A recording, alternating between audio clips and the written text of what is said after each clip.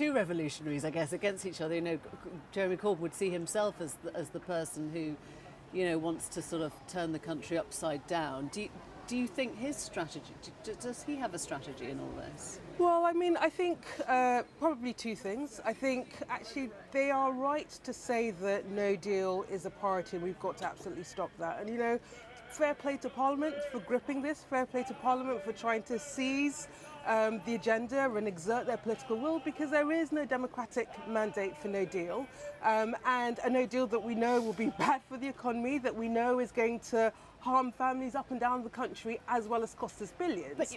Well, so I think there are two things. I think there is a question of Brexit, and my view is, in the end, the only way in which we resolve the question of Brexit is to go back to the public and be clear about what sort of Brexit we're talking about, and you have a referendum based on that.